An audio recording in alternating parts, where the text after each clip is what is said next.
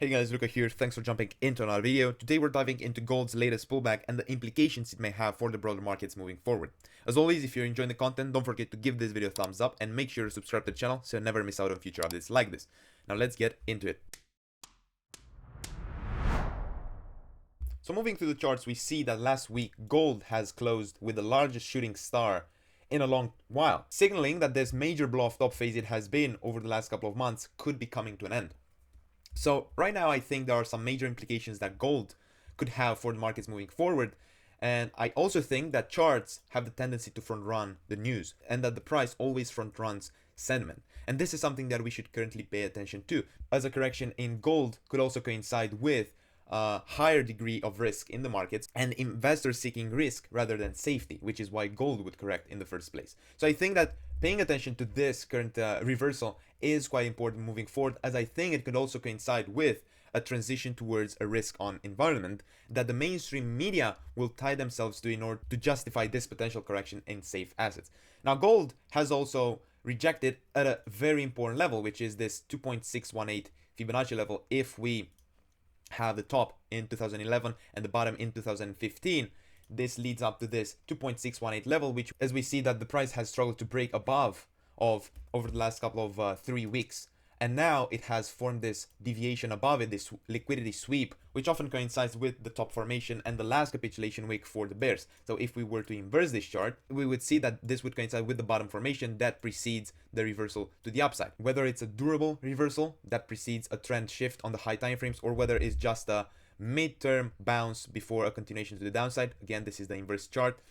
I think that on the midterm we'll see gold cooling off, and inversing the chart once again, I think that this phase coincides with the start of a larger correction, especially after this major blow-off top we've seen over the last couple of months. If we were to think about what the mainstream media could tie themselves to, as I said earlier, I think that the price always front runs the news. So if we were to see this correction in gold, the mainstream media will have to tie themselves to something, as we've seen a couple of days ago with a macroeconomic data that came out with the inflation data and the PPI for March.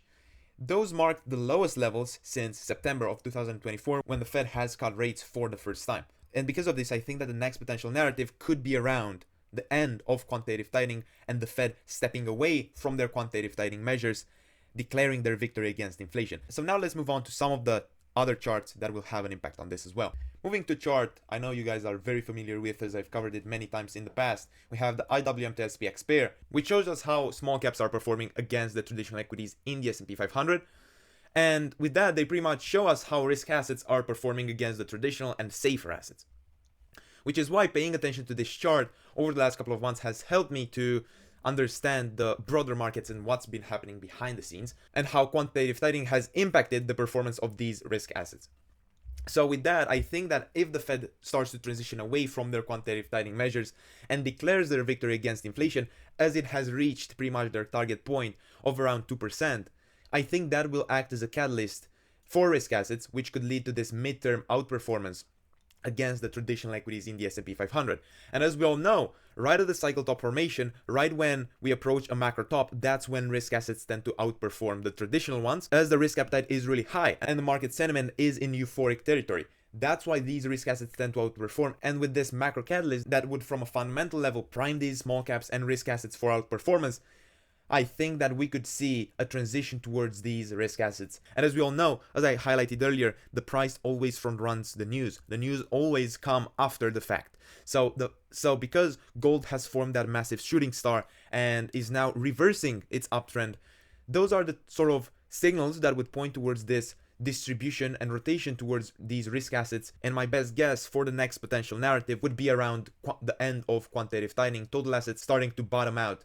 And because of that, a lot of people getting really excited once again that the Fed could transition into a quantitative easing environment where they would inject liquidity into the financial system, or they would start calling for a soft landing ahead, and how these risk assets and equities are primed to go much higher. But that is where there is the highest risk to buy. That is where the actual cycle top formation tends to occur. So now let's move on to the S&P chart and see how this would impact it. Moving to the S&P 500 chart, personally I think that moving forward there's a higher likelihood that we'll see a rotation out of these equity markets and major indices such as the S&P 500 and QQQ and the DJY into these risk assets leading up to the cycle top formation. So personally, how I see the S&P 500 moving forward is that it's likely that we'll form this complacency phase ahead, where we'll enter this distribution range, where a lot of people will get really excited once again that equity markets are performing well. But here I think that the main focus will be on risk assets.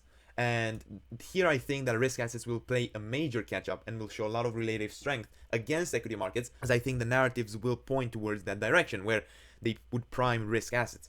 And that's what I think that the latest reversal in gold and the upcoming potential macro catalyst, the end of quantitative tightening, will all lead up to. Essentially a rotation out of these major indices and traditional equities into risk assets and volatile assets, as investors will seek more and more risk, more and more gains, as they get more and more excited and euphoric leading up to the cycle top formation.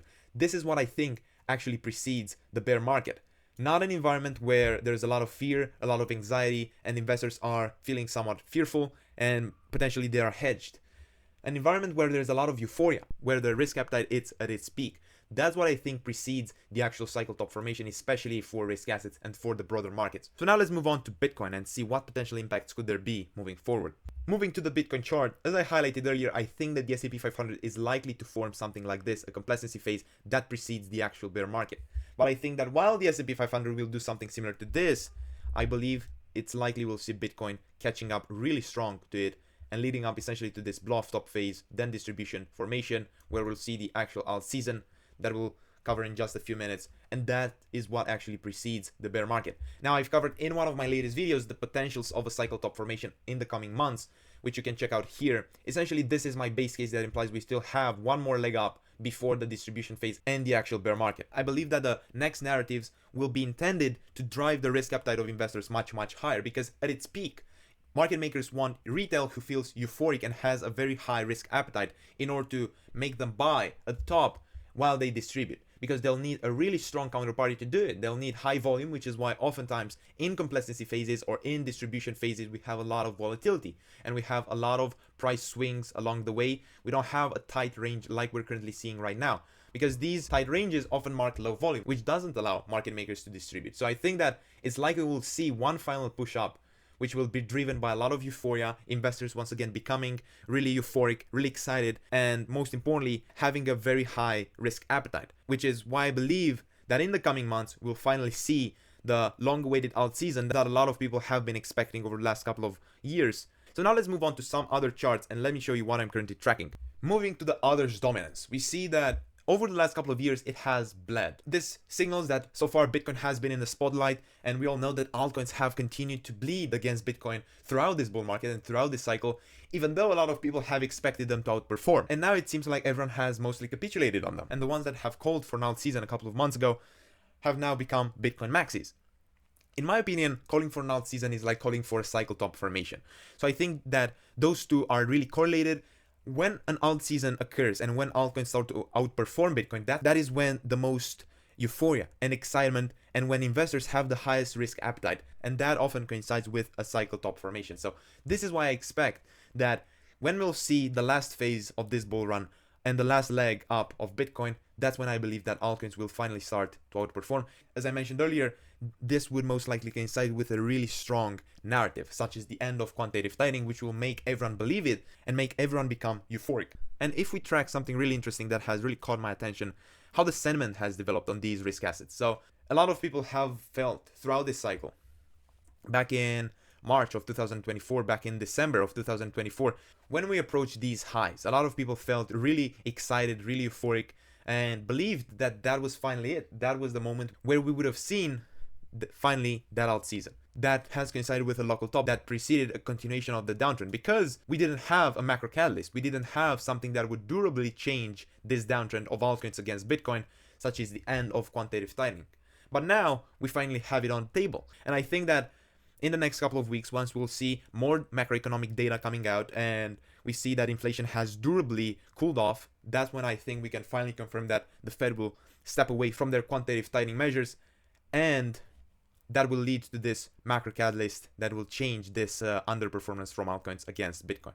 And I think that this same concept applies to small caps as well. So let's now move to one of the charts that has caught my attention over the last couple of days. Moving to the IWM chart, we see that a couple of days ago, it has tested this major support range that has started back in 2018, and back then it was acting as a resistance range, as well as in 2019, when it finally acted as a support range back in 2022, all throughout 2023, in this bear market consolidation, when it has acted as a really strong support range. And now it seems like the price has bounced once again off of it, and I think that it will mark the point where we could see this durable bounce from.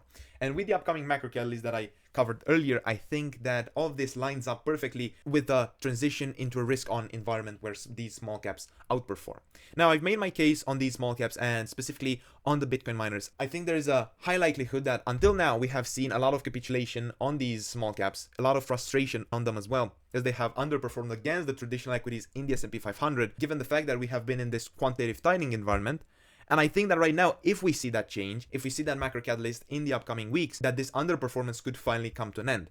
And that, again, will lead up to the cycle top formation in equity markets, as well as in the rest of risk assets. And if we add the market sentiment into all of this, I think that this all led up to this phase where we could finally see the macro catalyst that could reverse this underperformance. Everyone has become really anxious and has sold most of their positions in these small caps right before we could finally see a durable bounce and a reversal. These are some of the games that market makers tend to play, especially with the emotions of retail investors. So with that said, moving forward, I think it will be worth watching risk assets in the next couple of weeks and how they'll perform moving forward. This has been the video for today. As always, if you enjoyed the content, don't forget to give this video a thumbs up and make sure you're subscribed to the channel so you never miss out on future updates like this. Thank you all for watching, and I'll see you guys in the next one.